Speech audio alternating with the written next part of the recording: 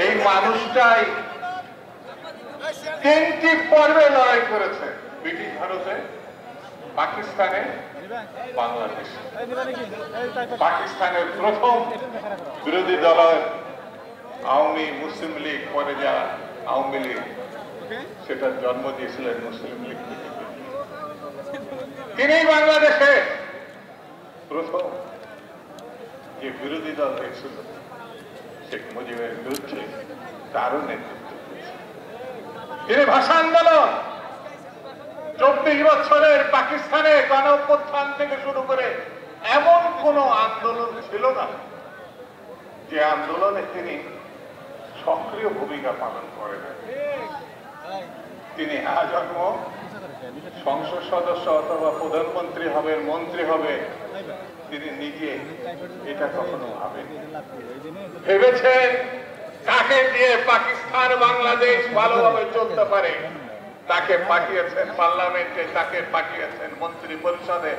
তার কাছ থেকে বাংলাদেশের মানুষের যেন উপকার হয়, ভালো হয়, এই প্রত্যাশা।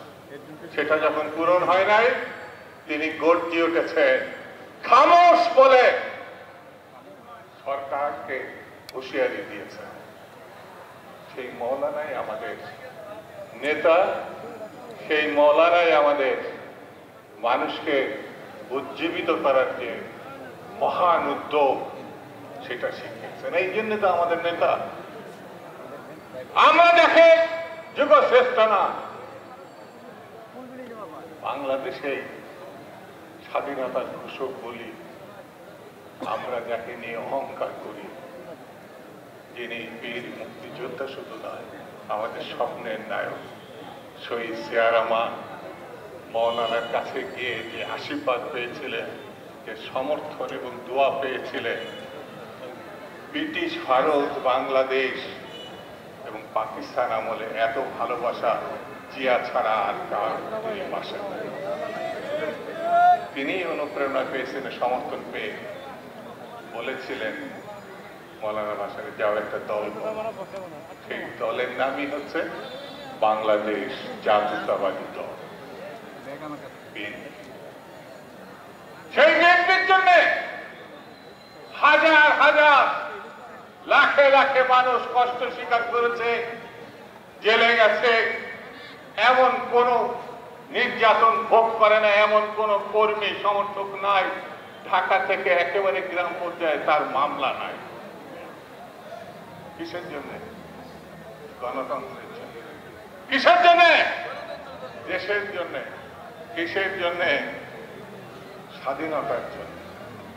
আর এখন আমরা নির্বাচনের আহ্বান জানালে কেউ কেউ বলে নাকি শুধু একটি দলকে ক্ষমতায় যাওয়ার জন্য নাকি গণঅভ্যুত্থান হয়। পাগলের গোলা। 16, 17, 18 বছর ধরে এই দেশে জনাব তারেক রহমান বিএনপিকে সংগঠিত করছেন, বেগম জিয়া রাজপথে আন্দোলন করছে। কিসের জন্য? একটি ভালো নির্বাচনের জন্য, জনসমর্থিত একটি সরকার প্রতিষ্ঠার জন্য। মৌলানা ভাসানী আজন্ম যে স্বপ্ন দেখেছেন ভালো লোকের শাসন, যে কারণে তিনি শহীদ জিয়াকে আশীর্বাদ করেছিলেন, দোয়া করেছিলেন, তুমি একটা কিছু করো। আর তৎকালীন যারা নেপে ছিলেন তাদেরকে বলেছিল ওই মানুষটার সঙ্গে সহযোগিতা করো, মানে জিয়াকে সহযোগিতা করো।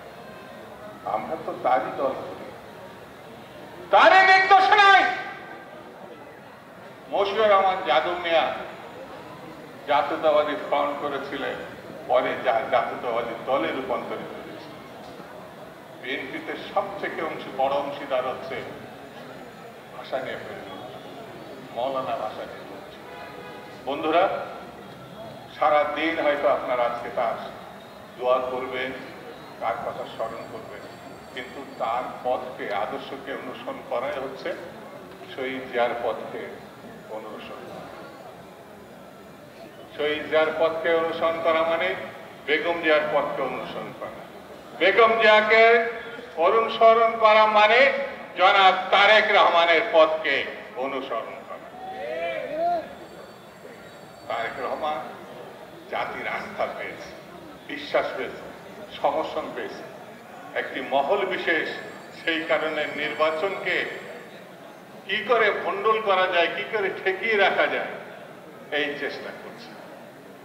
আমরা বলি এই পথে গিয়ে কোনো লাভ হবে না। বাংলার মানুষ উগ্রীব হয়ে বসে আছে একটি নির্বাচনের জন্য। সেই নির্বাচনের মধ্য দিয়ে যে সরকার আসবে সেই সরকার হবে বিএনপির সরকার। সেই সরকারের প্রধানমন্ত্রী কে হবে? জোরে বলেন, কে হবে? দেশ নায়ক তারেক রহমান। এটাই হচ্ছে বাস্তবতা।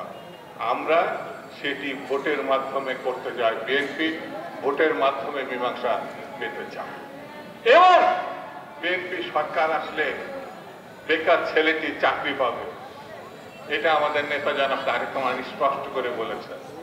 কত কোটি মানুষকে কত দিনের মধ্যে তিনি চাকরির ব্যবস্থা করবেন, এটা জাতির সামনে ইতিমধ্যে তিনি বলেছেন। তিনি বলেছেন গণভোটের থেকেও বেশি প্রয়োজন যারা কৃষক, আলু ব্যবসায়ী বা অন্য কোনো ব্যবসায়ী, সেই কৃষকের স্বার্থ দেখা বড় বেশি জরুরি। এদেশের খেটে খাওয়া মানুষের নেতা মৌলানা ভাসানী যেমন চিন্তা করতেন, ঠিক তেমনি তারেক রহমান আজকে সেই ভাবনার রাজনীতিটাকে সামনে এনেছেন। সেই জন্যে প্রিয় বন্ধুরা, মৌলানা ভাসানী, বিএনপি, তারেক রহমান, বেগম জিয়া, সেই জিয়া রহমান একাকার হয়ে গেছে।